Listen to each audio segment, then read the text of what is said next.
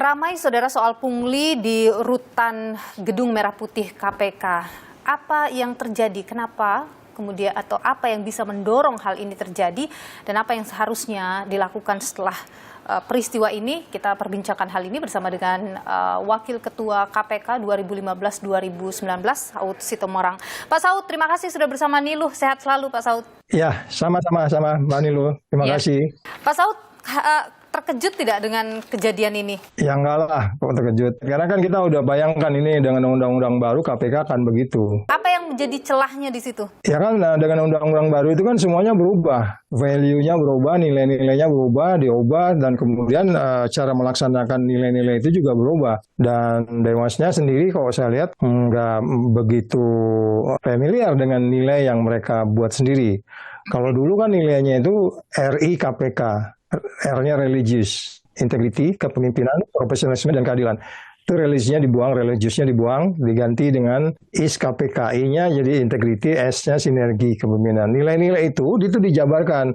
Apa itu integrity? Nanti kemudian perilaku orang dilihat. Apa yang dilanggar dari nilai-nilai itu, gitu. Jadi Anda mau bilang bahwa saat ini pimpinan KPK maupun di Dewas KPK tidak ada sisi integritas itu yang bisa dicontoh oleh bawahan? Ya, tidak hanya integritas saja, mereka nggak sinergi kan. Masa sih integritas bocorin rahasia gitu ya. Nah, terus kemudian masa sih mencat-mencat orang di integritas, kepemimpinannya apa begitu leadershipnya. Terus kemudian profesional apa begitu profesional. Yang namanya profesional kan terbuka. Nggak ada, Anda harus di check and balance. Anda tidak boleh konflik of interest. Terus kan kalau bicara keadilan apalagi gitu. Pak Saud, kalau misalnya Dewas bekerja dan kemudian menemukan hal ini, apakah itu tidak bisa kita pandang positif bahwa memang Dewas bekerja ingin membereskan begitu hal-hal yang tidak baik di pegawai KPK? Dewas ini pun saya lihat itu hanya tajam ke bawah tapi tumpul ke atas. Dia bilang dia proaktif ke bawah. Kami yang nemukan gitu.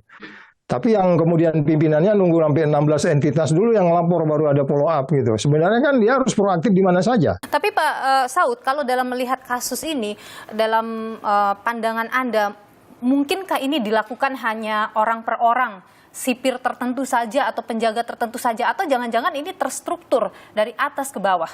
Kalau kemarin melihat cerita itu kan katanya melibatkan beberapa orang, berarti udah sistemik gitu, satu case ini melibatkan beberapa orang.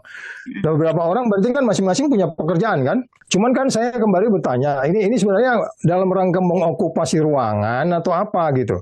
Kalau mengokupasi ruangan kok banyak sekali uangnya. Kalau itu aja balikannya is too much ya too expensive gitu loh perkiraan saya gitu. Ada kecurigaan apa dari Anda yang mungkin terjadi di dalam sana sampai menghasilkan 4 miliar itu?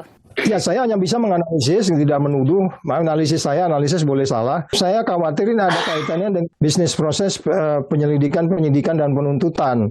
Jadi umpamanya bisa jadi mungkin kita nggak tahu ya bentuknya apa, tapi ada konflik of interest lah di situ. Kan kalau kita bicara bisnis proses penyelidikan, penyidikan, dan penuntutan itu kan di situ ada saksi-saksi, ada terdakwa, ada lawyernya, ya kan, ada yang berpotensi justice collaborator, ada yang kemudian sanksi yang bisa memberatkan, sanksi yang meringankan, terus kemudian bagaimana flow informasi itu mengalir dari satu ke lain ke yang lain. Umpamanya bisa jadi setiap pembicaraan itu seperti apa, yang sehingga si A yang nggak boleh ketemu sama si B nggak boleh ketemu si C, dan seterusnya. Nah, itu yang perlu didalami.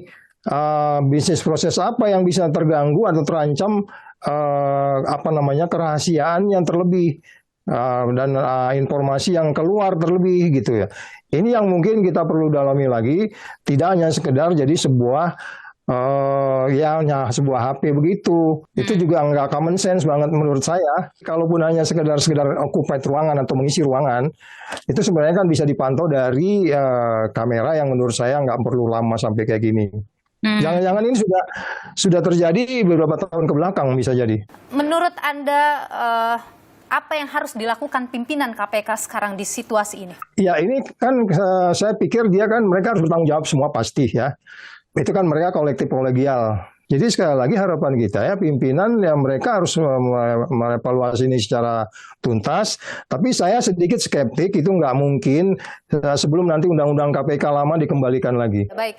Pak Saud Situmorang, Wakil Ketua KPK 2015-2019. Terima kasih sudah berbagi pandangan di Niluh. Pak Saud, sehat selalu. Om Swastiastu.